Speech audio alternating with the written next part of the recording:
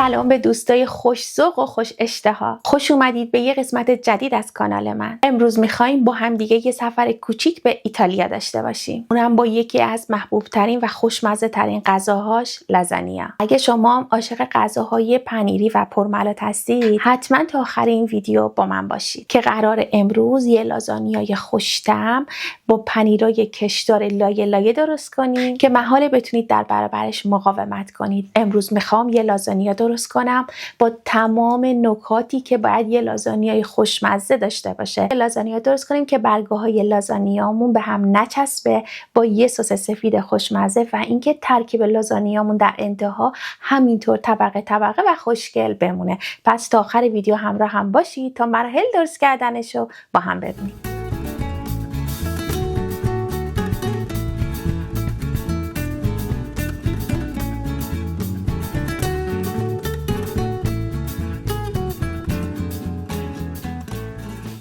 خب ما تو مرحله اول به گوشت احتیاج داریم، پیاز، 3 تا حب سیر و فلفل دلمه‌ای که تو مرحله اول من فقط از فلفل دلمه‌ای سبز استفاده میکنم که توی انجام کار بهتون میگم برای چی. خب الان گوشت رو میذارم کنار و با پیاز شروع میکنم. باید پیاز رو نگینی و ریز خورد کنیم.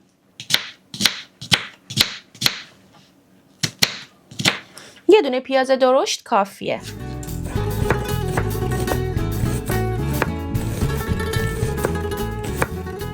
خب من الان اینجا پیازا رو نگینی خورد کردم. بریم پای گاز و مرحله بعدی رو با هم ببینیم. خب تو مرحله اول من یه مقدار روغن داخل مایتابه ریختم و میخوام پیازا رو سرخ کنم.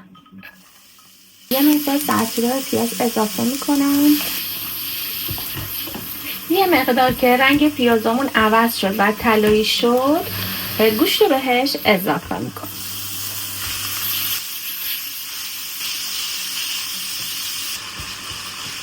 من فلفل سیاهم بهش اضافه میکنم و همینطور نمکش هم تو همین مرحله اضافه میکنم. یکی از نکات مهمش اینه که سعی کنید گوشتی که برای مایه لازانیا استفاده میکنید گوشت کم چرب باشه و چربی زیادی نداشته باشه. خب یه مقدار که رنگ گوشتمون عوض شد، 3 تا حب سیری که داشتیم رو بهش اضافه میکنیم. شما اگه حب سیرتون خیلی درشته 2 تا حب سیرم کافیه. من چون خیلی کوچیک بود 3 تا ریز بهش اضافه کردم. خب تا گوشتمون در آماده میشه من میخوام فلفل دلمه‌ای هم آماده کنم که فلفل دلمه‌ای هم خیلی ریز برش میزنیم.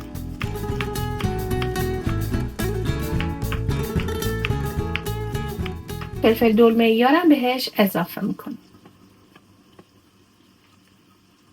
یکی از نکات مهمش هم اینه که حتما باید گوشت لازانیا خوب سرخ بشه تا خوش عطر و خوش طعم بشه. مهمترین چیزی که باید تو لازانیا بریزیم اورگانوه و آویشن.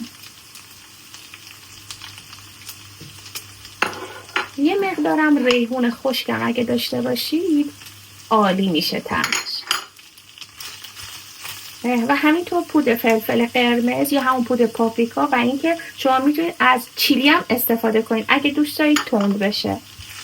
2 تا قاشق رو به گوجه‌ای که داشتیم هم بهش اضافه میکنیم.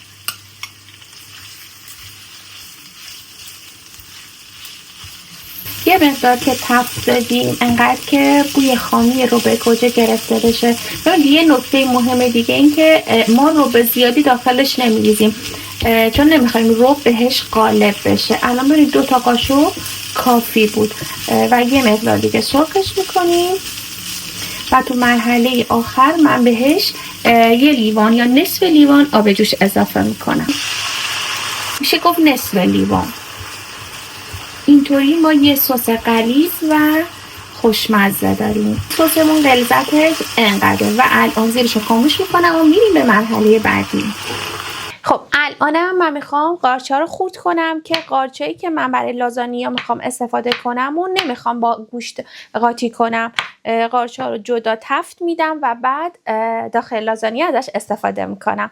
اما شما اگه دوست دارید میتونید که توی همین مرحله بعد از ریختن فلفل دلمه‌ای یا قارچ هم به گوشتتون اضافه کنید.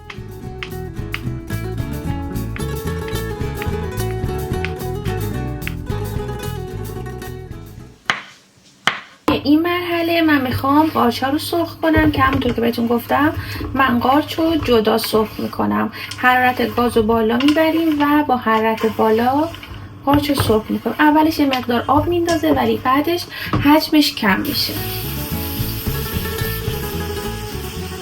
یه مقدار پودر سیر خیلی کم برای اینکه خشک کم بشه روی قارچ ها میریزم و الان دیگه آبش داره خوش میشه و یک تفکیر خوره کافیه. قارچام سرخ شد و آماده شد. من برمیدارم و میریم به مرحله بعدی. ما برای درست کردن لازانیامون احتیاج به سس سفید یا همون سس بشامل داریم که الان من میخوام داخل این ظرف یه مقدار کره بریزم. وقتی کرمون آب شد بهش آرد رو اضافه میکنیم. من اینجا تقریبا 100 گرم کره و 3 تا قاشق پو آرد اضافه کردم. سس سفید لازانیا خیلی کاربردیه. ما تو خیلی از غذاها از این سس میتونیم استفاده کنیم. یه مقدار که تفتش دادیم شیر رو بهش اضافه میکنیم. شیرم باید خیلی کم کم بهش اضافه کنید چون شانسش هستش که آرد شما گلوله گلوله بشه. به خاطر همین خیلی کم کم شیر رو بهش اضافه کنید.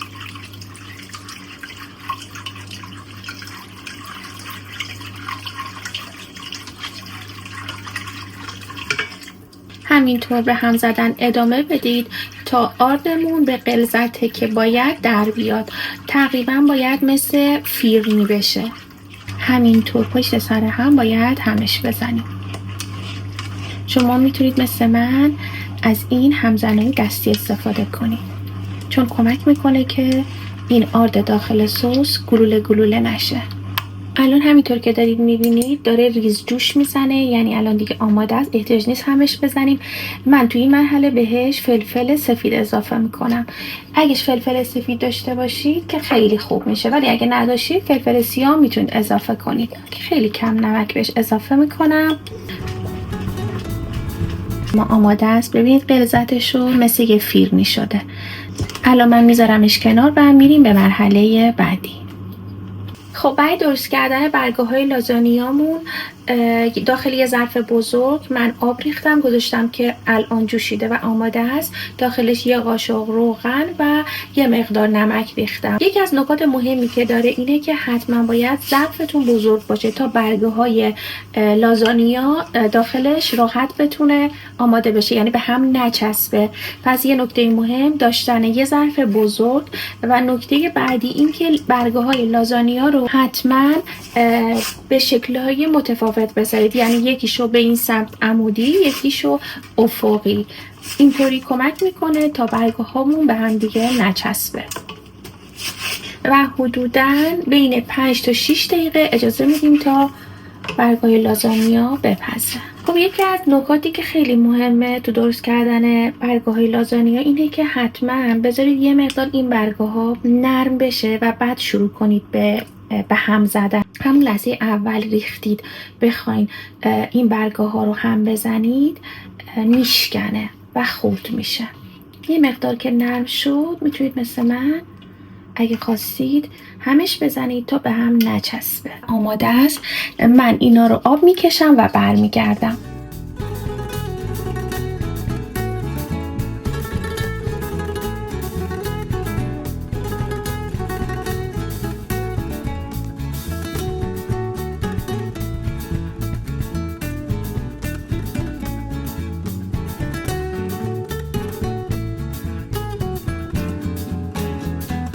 رسیدیم به مرحله چیدن لازانیامون.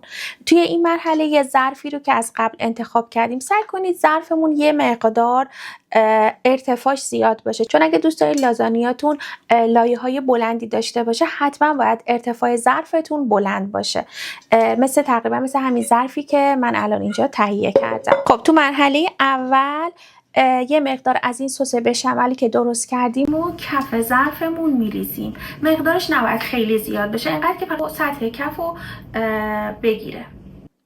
یه مقدار پنیر. راجع به پنیرم من از چند نوع پنیر استفاده میکنم، پنیر موزارلا و پنیر پیتزا. مرحله اولش احتیاج از پنیر زیادی بریزیم، یه مقدار که روی سطح این سس و پنیر بریزیم کافیه.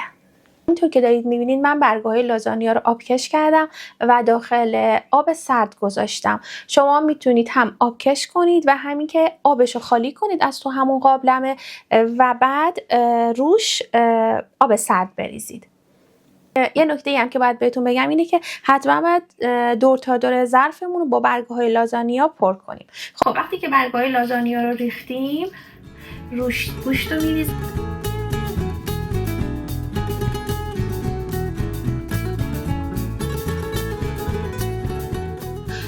از این قارچایی که سرخ کرده بودم من میذارم.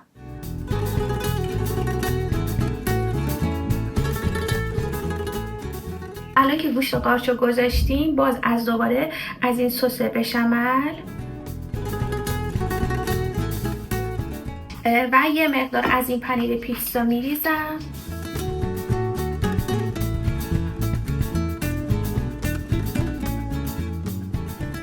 خب الان که ردیف اول رو چیدیم میخوایم ردیف دوم بذارم. دو تا نکته است که باید بهتون بگم. یکیش این که اول سعی کنید زمانی که مواد گوشتی رو میریزید به دور تا دور قالب یا ظرفمون نچسبه، چون بعدا میسوزه زودتر و سیاه میشه.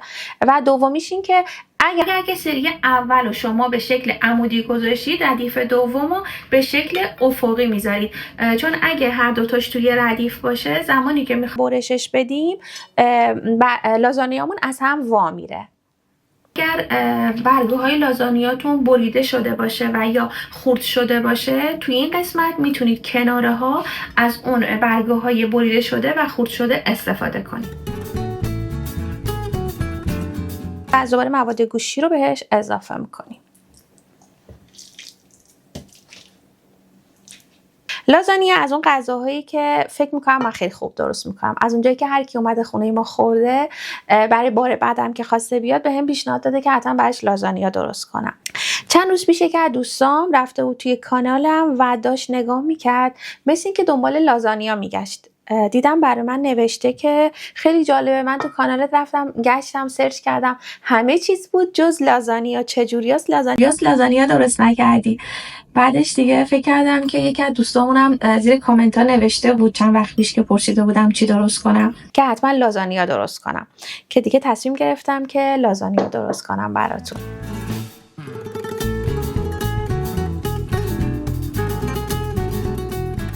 خب الان به مرحله آخر رسیدیم. من تقریبا 3 لایه گذاشتم و الان میخوام بقیه بشاملی که درست کرده بودیم و روش بریزم.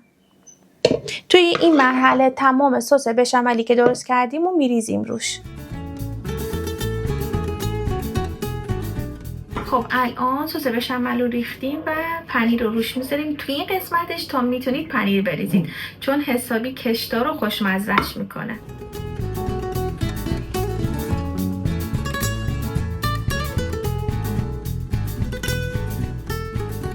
خب برای تزیینش من از یه مقدار ذرت میخوام استفاده کنم که اون دیگه به دل بخواه خودتونه، ولی خب من خیلی دوست دارم روش ذرت. حتما یه بار با این رسیپی من درست کنید، فکرم خیلی خوشتون بیاد.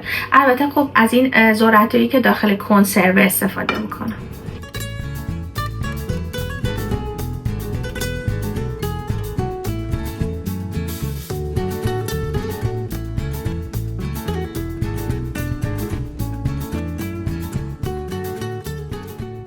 و همینطور یه مقدار قارچ زمانی که داشتم سرخ میکردم برداشتم که برای دیزاینش بخوام ازش استفاده کنم.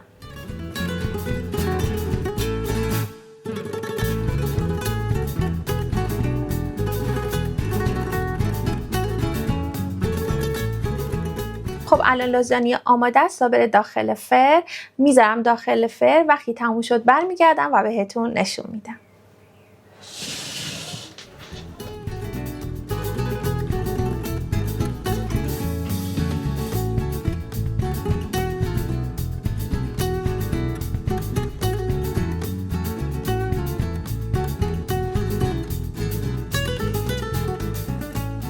دوستای عزیزم، همینطور که دارید میبینید لازانیای خوش رنگ و لعاب ما آماده شد. امیدوارم که از این ویدیوی منم خوشتون اومده باشه. همونطور که میدونید لازانیا یکی از غذاهای اصیل ایتالیاییه، ولی از اونجایی که بین ما ایرانیا کلی طرفدار داره و مطمئنم که خیلیاتون این غذا رو دوست دارید. اگه از این ویدیو راضی بودید حتما توی یه ویدیو دیگه میخوام یه لازانیا با طعم سبزیجاتم براتون درست کنم. بوی این لازانیا آدمو دیوونه میکنه. اگه من میتونستم فقط یه لحظه بوی این لازانیا رو از طریق ویدیو برسونم بهتون، مطمئنم همین الان میرفتید و درستش میکردید. اگه از این ویدیوی من خوشتون اومد لایک کنید، سابسکرایب کنید، اون زنگوله پایین رو بزنید تا اولین نفری باشید که وقتی ویدیو جدید رو گذاشتم با خبر بشید. نظرات شما برای من خیلی مهمه، پس حتما توی کامنت ها برام بنویسید که دوست دارید ویدیوی بعدیمون چه غذایی باشه تا یه ویدیوی دیگه با عشق آشپزی کنید، خوشمزه زندگی کنید.